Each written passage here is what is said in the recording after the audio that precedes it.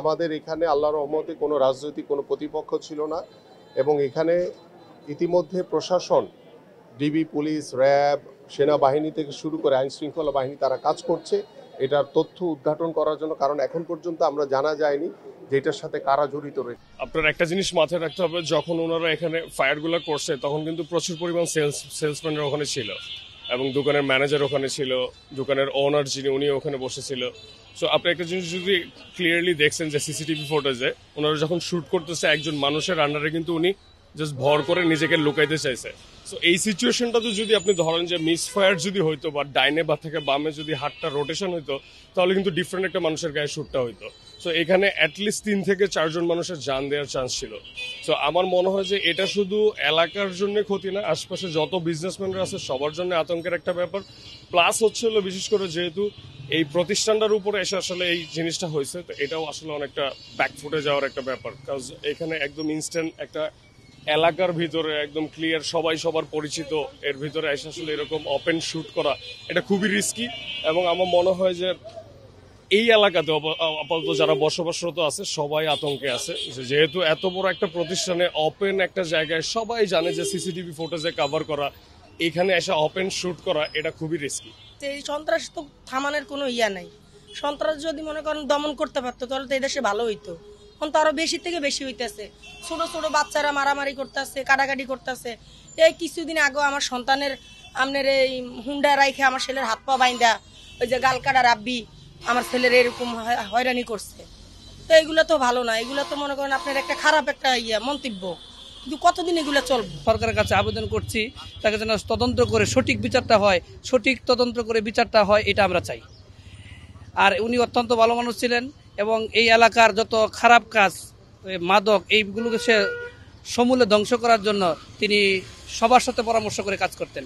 এজন্য আমি চাচ্ছি ওনার সঠিক বিচারটা যেন, এই এলাকাবাসীর দাবি, প্রাণের দাবি, যে এই এলাকাবাসীর সবারই দাবি এটা যেন সঠিক বিচার হয়। এভাবে যদি না হয় তো বাংলাদেশে এইভাবে হতে হলে একটা জনমনের মধ্যে এবং জনগণের কাছে জনমনে এবং জনগণের কাছে একটা ভীতি কাজ করছে। আমরা এখন এইদিকে হেঁটে যাচ্ছি, এটাও আমাদের একটা ভয় হয়, আমরা কি বাড়িতে যেতে পারবো কিনা।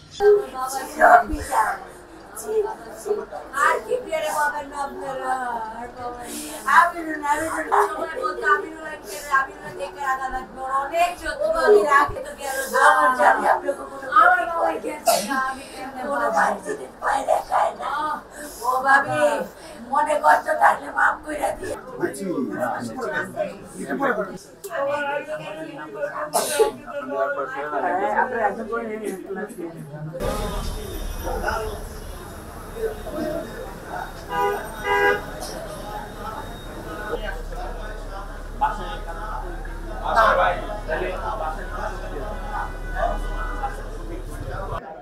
কিবরিয়া আমার আপন ভাইয়ের মতো ছিল। ছোটবেলা থেকেই একসাথে আমরা ফুটবল খেলেছি, একসাথেই বড় হয়ে আমি যখন রাজনীতিতে আসি ও আগে থেকে রাজনীতি করে এবং সেই রাজনীতি করতে গিয়ে ও বিভিন্ন সময় বিভিন্ন মানুষের সাথে ওর মিশতে হয়েছে, কথা বলতে হয়েছে। বাট আলহামদুলিল্লাহ ও এত একটা ভালো ছেলে ছিল, কোনো রকম কোনো ঝামেলার ভিতরে কখনোই ছিল না। কিন্তু জানি না কেন এই নির্মম এই হত্যাকাণ্ড।